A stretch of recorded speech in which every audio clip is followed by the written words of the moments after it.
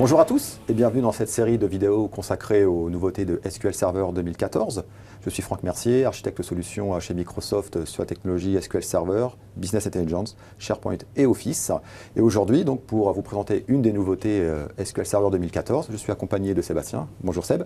Bonjour Franck, alors je m'appelle Sébastien Pertus, je fais partie de l'équipe des évangélistes techniques Microsoft France. Moi je suis en charge de tout ce qui est développement Windows, Windows Phone 8 et SQL Server. Alors je et Sébastien, nous sommes ensemble pour parler d'une nouveauté SQL Server 2014 qui concerne l'intégration avec Azure et plus précisément le déploiement directement d'une base de données dans une machine virtuelle. Tout à fait. Donc si tu peux nous en dire un mot. Alors je te propose qu'on regarde un petit peu quelles sont aujourd'hui les solutions. Alors aujourd'hui la première solution, c'est de dire que nous avons un serveur physique on-premise à la maison sur lequel j'ai ma base de données, mon serveur SQL. Donc tout ça permet d'avoir un PRA global qui vous est propre et vous avez vraiment la gestion complète de votre machine. Ça a évolué, on s'est rendu compte que de plus en plus, toujours pareil, on-premise, dans votre entreprise, on était en capacité maintenant de monter des sortes de ce qu'on va appeler des clouds privés, c'est-à-dire des machines virtuelles sur une baie ou sur un ensemble de serveurs que vous allez mutualiser et qui vous permet finalement d'avoir votre propre cloud, on va dire un cloud à la maison. Après, on voit que l'on est capable d'avoir dans Azure le même système, c'est-à-dire pouvoir créer des machines virtuelles, mais qui ne soient pas hébergées on-premise, mais qui soient hébergées sur le cloud Microsoft qui est Microsoft Azure, et sur lequel on va pouvoir déployer directement des machines virtuelles, des VM, qui sont dans notre cas des machines virtuelles SQL Server. Donc sur l'infrastructure as a service. Voilà, donc dans un mode qui s'appelle le mode IaaS, comme tu le dis, qui est infrastructure as a service. Et enfin, on a un dernier mode de déploiement, qui est un mode qui s'appelle le mode PaaS, qui est donc les Microsoft Azure SQL Database, qui est finalement la possibilité de directement se connecter à un serveur SQL, qui soit sur Azure, sans avoir eu besoin de déployer une VM, sans avoir besoin de savoir si on est sur la bonne version ou quoi que ce soit. On a vraiment juste ce qu'on appelle un endpoint d'ouvert sur une base de données, on se connecte directement et on peut travailler. On consomme un service directement finalement. Exactement. Donc l'idée ici, c'est de dire comment est-ce que je fais pour finalement passer de mon mode on-premise à mon mode d'Azure et comment est-ce que je vais pouvoir déployer directement une VM sur Azure. Donc là, la cible est bien la VM dans une infrastructure de service, en mode IaaS. Exactement. Donc on est vraiment sur le mode IaaS. Le mode PaaS, c'est vraiment quelque chose qui est encore vraiment un service qu'on fournit. Alors, si on regarde un petit peu le développement d'une machine virtuelle Azure, c'est disponible depuis SQL Server 2014. Ça nécessite évidemment de créer une machine virtuelle dans Azure. Et surtout, il va falloir aussi ouvrir ce qu'on appelle un point de terminaison pour permettre finalement à votre connexion on-premise ou une connexion d'une autre machine virtuelle Azure de pouvoir rentrer sur la machine virtuelle sur laquelle vous avez déployé votre VM. Donc, vous avez tout un paramétrage complet sur lequel vous avez l'URL qui s'affiche sur le slide qui vous permet finalement de comprendre comment est-ce qu'on fait pour déployer une machine Azure. Mais je te propose, Franck, que tu nous fasses une petite démo de comment ça fonctionne. Merci Sébastien. Donc justement, petite démonstration. Donc là, ce que l'on va faire ici, on va retourner sur le portail Azure. Et sur ce portail Azure, il y a une rubrique qui est consacrée ici aux machines virtuelles. Donc ici, j'ai accès à toutes mes machines virtuelles, dont une qui va nous servir pour la démo, qui s'appelle Hybrid CTP2 ici.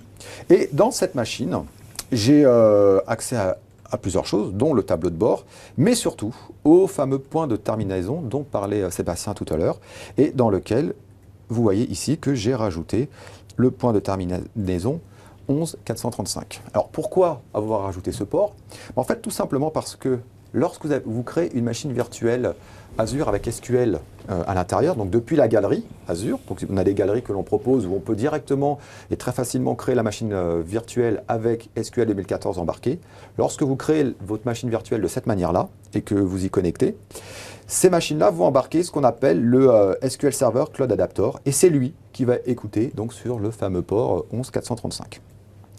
Alors ici, je suis bien dans ma machine Azure et dans cette machine, donc j'ai un SQL Server qui est installé par défaut. Et comme vous pouvez le voir, donc si jamais je fais un refresh, juste pour bien vous montrer, voilà, ici je n'ai aucune base de données personnelle. Donc là c'est juste les bases de données système, mais c'est une instance qui est vide de base de données personnelles.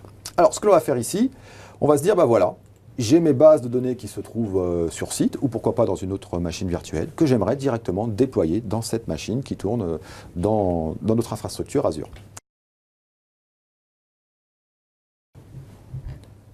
Alors, pour déployer cette base de données, donc ce qu'on va faire, on va utiliser l'assistant. Donc, je fais un clic droit sur ma base de données, je vais dans les tâches et je vais tout simplement cliquer sur Deploy Database to Windows Azure VM, Virtual Machine. Donc là, je vais tout simplement suivre l'assistant. Je vais donc me connecter à l'instance qui m'intéresse, dans laquelle il y a ma base de données. Je vais chercher ma base de données Frommer. Je vais lui indiquer un espace temporaire où il va faire son backup en local. Je vais faire Next. Alors, dans cette page, c'est très important parce que là, en fait, il va vous demander ce qu'on appelle un Publishing Profile.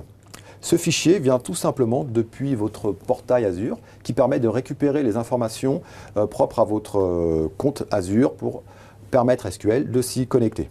Donc, pour aller le rechercher, vous le téléchargez depuis le portail Azure et une fois sur votre disque, vous faites un browse pour le récupérer. Moi, je l'ai déjà fait, donc mon compte, il est là. Et ce que je vais faire, donc, je vais tout simplement cliquer sur Next. Avec ces informations provenant de votre fichier Publishing Profile, il va récupérer donc toutes les informations liées aux services, aux machines virtuelles qui tournent sur votre compte Azure. Donc là, ici, moi, je vais tout simplement aller chercher le Cloud Services qui héberge ma machine virtuelle et puis je vais tout simplement lui donner un compte de stockage. Et ce que je vais faire ici, je vais lui passer les settings afin de pouvoir se connecter à ma machine virtuelle. Alors, vous voyez qu'il récupère ici le compte du Cloud Adapter. Donc je vais cliquer sur OK.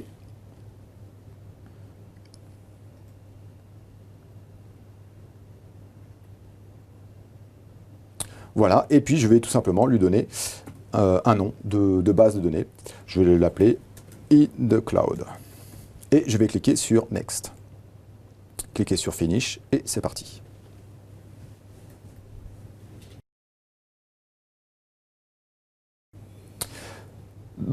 Donc ici, après rafraîchissement de ma base de données, on peut voir ici qu'elle est bien apparue en tant que Frommer in the Cloud, donc ce que j'avais déployé. Et ce qui est intéressant, c'est que bien sûr, j'ai accès à l'ensemble de mes tables et je peux donc naviguer dedans. Et si jamais je fais un select, je récupère depuis ma machine virtuelle qui se trouve dans Azure l'ensemble de ma base et je peux maintenant commencer à travailler avec. Donc voilà pour le déploiement d'une base de données directement dans une machine virtuelle se trouvant dans Azure et grâce à un assistant assez simple qui nous permet donc de nous guider sur les différentes étapes. Merci d'avoir suivi cette vidéo et on vous dit à bientôt. À bientôt.